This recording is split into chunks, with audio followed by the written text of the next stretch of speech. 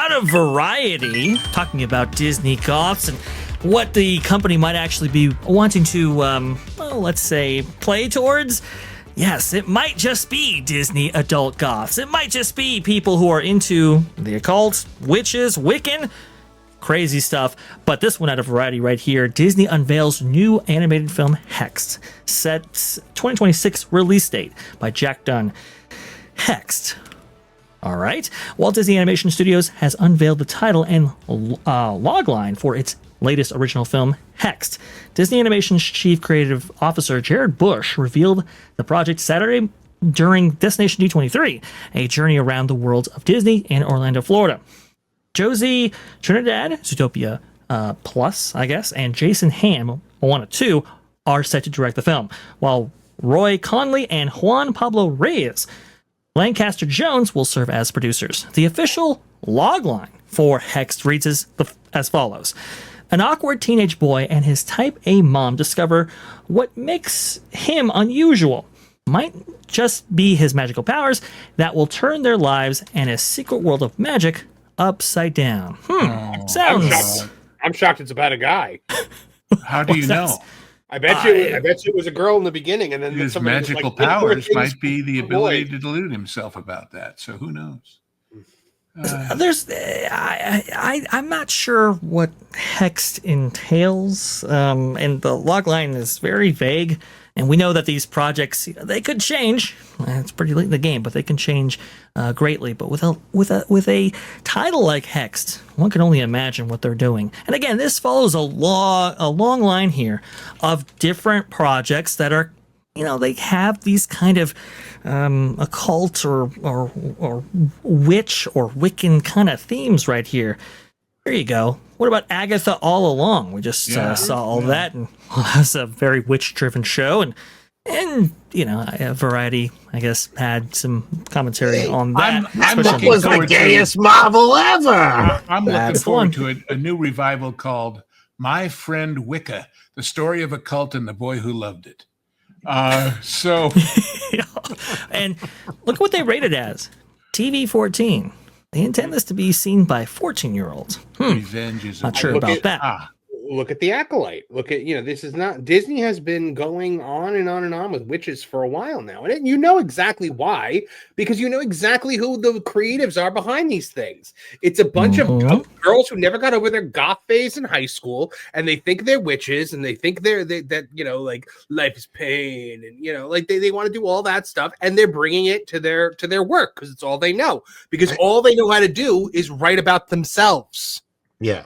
It was really weird because I will never forget the time that one of my coworkers revealed to me that she was actually from Salem, Massachusetts, and she was in fact an actual practicing witch.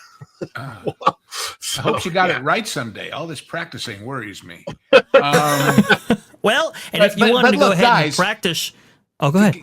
To get to the core of all of this, and I don't mean just in Disney, but everywhere, human beings have a natural, inbred, built-in part of our history, our culture, our genes, search for an almighty.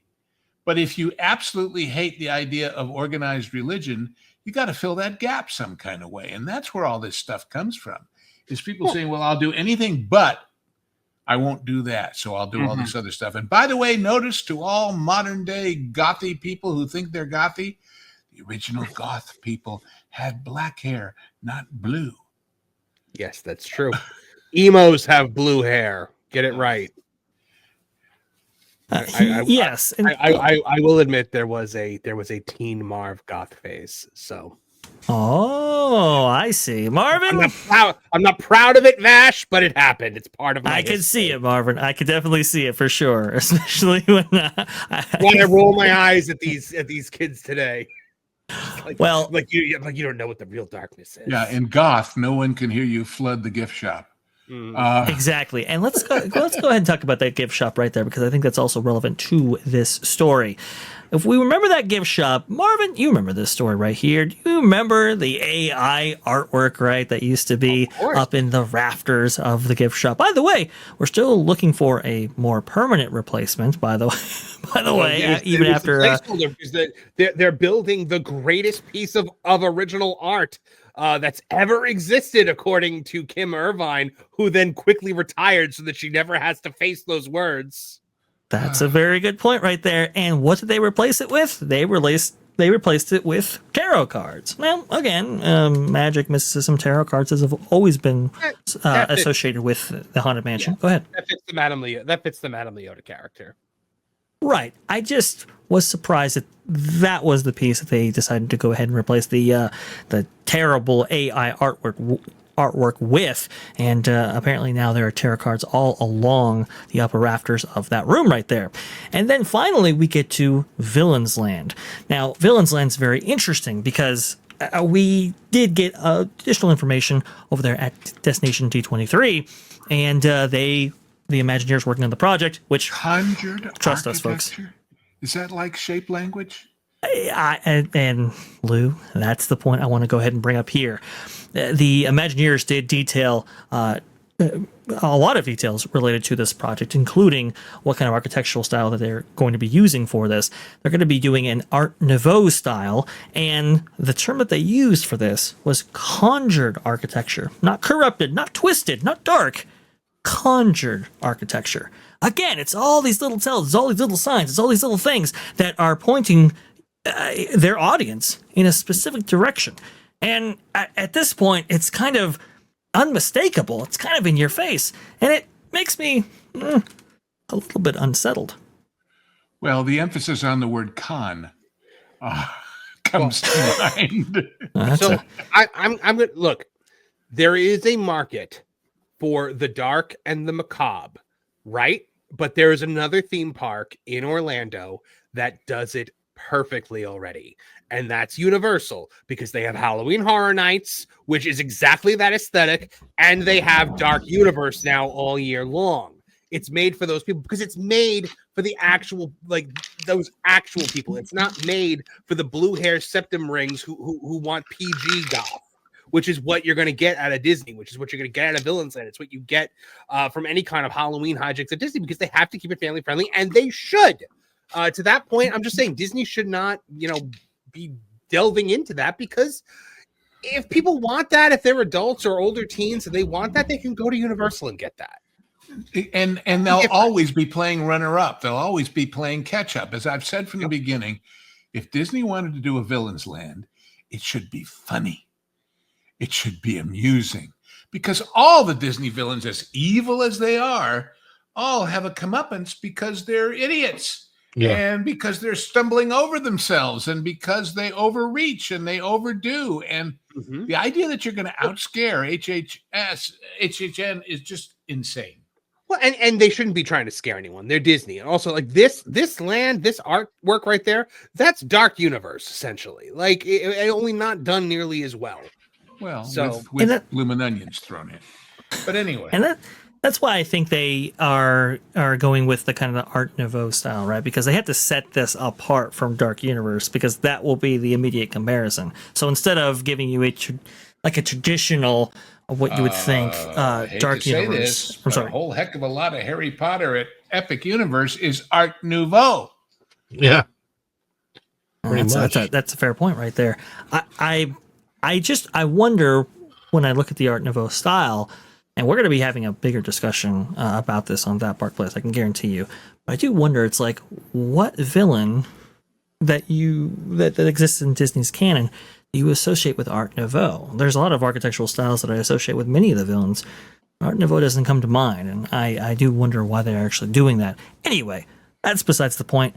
It's just, they're going really dark with a lot of what they're doing here with both Villain's Land, with Hexed, as you see on the screen right there, with Agatha, with Acolyte, and it seems like Disney, I don't know if they're encouraging it, but I think they would restrain themselves at least a few years ago, because I think they kind of understand that you have a very multicultural audience, and there are a lot of belief systems out there, and well, there's a lot of people in the United States who happen to be practicing Christians who might be a little bit uncomfortable with some of the ideas it might be brought very, forward with some of this. very uncomfortable with some of the ideas. But that's why they took voodoo out of Tiana's, because voodoo has a lot of Christian symbolism in it. Well, I mean, you also look at when you look at things like the Wiccan religion, it's a religion. People practice it. It's what they believe.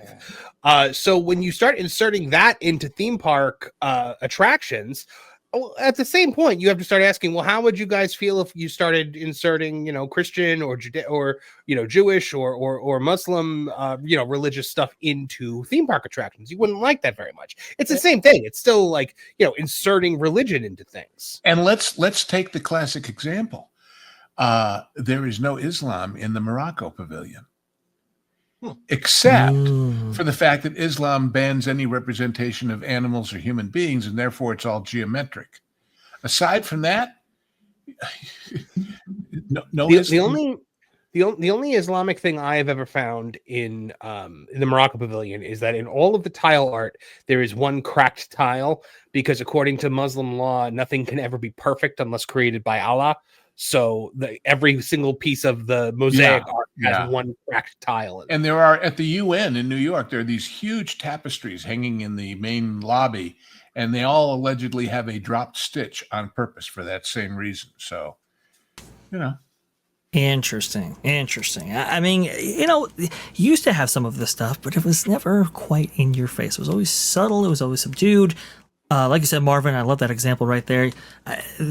That would probably have to be researched in order to know that specific little detail right there. Whereas, other things are pretty in your face about it. I just think it's very fascinating the route that the company is going. We talk about woke being dead, but we don't ever talk about, I don't know, the darker subjects that Disney is involving themselves with, this historically family brand. Go ahead, Marvin, you were going to say? At the end of the day, Universal has always been for the older teens and, childless adults and stuff like that. Disney was always for families. Now, Disney is trying to step in and try to take that Universal crowd, and they're failing at doing it because they have to still balance that line. Universal, I mean, they here and there try to go for families, but Universal knows what it is. It knows who its audience is. Universal does skew older. That's why it's mostly thrill rides and things like Halloween Horror Nights.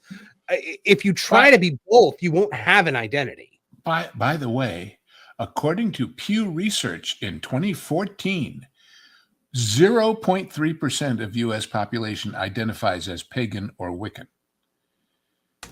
Mm-hmm. So if you got 100% of them to show up at this thing, you're not going to sell a lot of Dole Whips. What can I say? Yeah, that's the other thing too. We talk about how the company going woke is kind of a bad idea, right? Because you're only targeting a segment of the populace, and you're necessarily leaving out a large swath who might otherwise be interested. If you do placate the Wiccan crowd or the pagan crowd or whatever, are you necessarily saying to everybody else, "Hey, you're not wanted," or do other people within those demographics that you're leaving out maybe get offended and maybe have this this brand retreat, if you will? I think it's just really fascinating. I don't know what lane the company's going down.